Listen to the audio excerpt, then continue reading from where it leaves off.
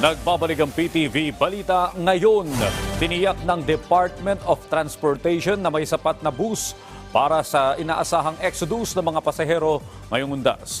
Mismong si Transportation Secretary Jaime Bautista ang nakipag-ugnayan sa mga bus companies nang magsagawa ito ng inspeksyon sa Parañaque Integrated Terminal Exchange ngayong araw.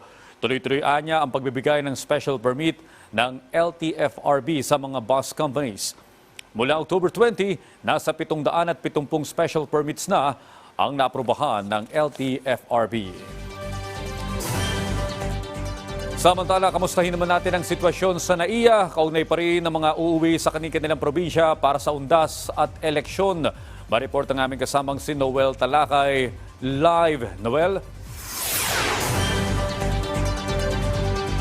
Audrey, dahil Friday na ngayon at ngayong araw nga inaasahan ng Manila International Airport Authority o MIAA ang pagdagsa ng mga pasahero na uuwi sa kanilang mga probinsya at dito ngayon sa may NAIA Terminal 2. At sa mga oras na ito, Audrey, dito sa aking likuran, ito ang isang departure area ng isang airline company na andito sa NAIA Terminal 2. Halos hindi pa ganun kadami ang pila dito sa kanilang mga check-in counters, pero ilan sa mga pasahero nasa 10 to 15 minutes lang ang tinatagal dito sa kanilang check-in counters bago makapasok sa departure area.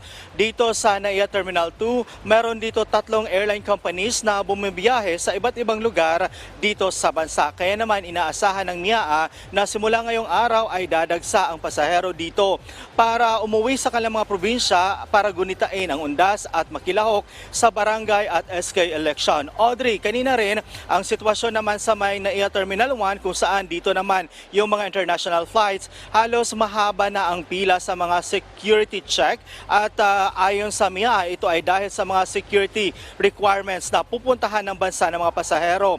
At ganun din sa may immigration, mahaba din ang pila dito. Ito ay dahil naman sa nasa peak hour daw ito ayon naman sa MIAA. Audrey, ayon na ang payo naman ng pamunuan ng MIAA doon sa mga biyahe na gamitin o take advantage ang mga online check-in para hindi na sila pumila dito sa mga check-in counter sa may NAIA Terminal 2. Audrey? Maraming salamat, Noel Talakay.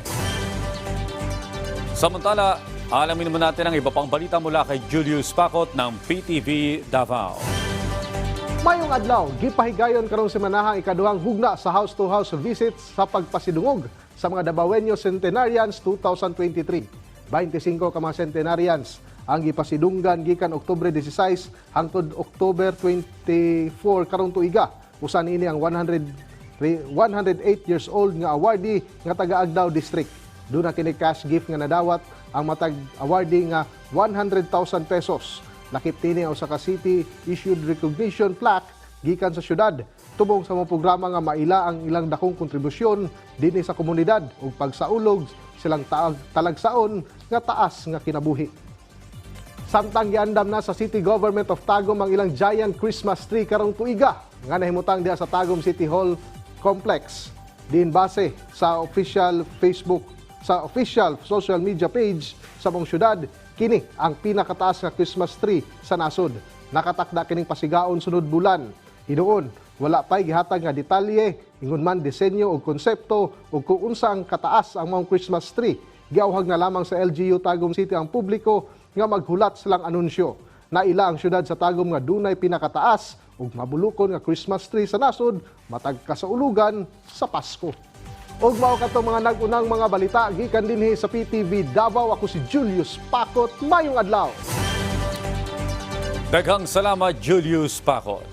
At yan ang mga balita sa oras na ito. Para sa iba pang update, i-follow nila kami sa Facebook at Twitter sa @PTVPH. Ako po si Audrey Goriseta. Magandang hapon.